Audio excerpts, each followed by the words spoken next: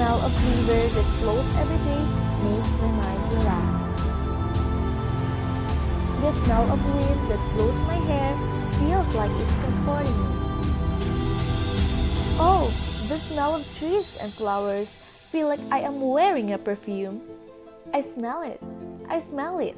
Our natural fragrance. The scent of the nature will always be my strength. What a joy is to feel the soft of air that touches under my body and soul.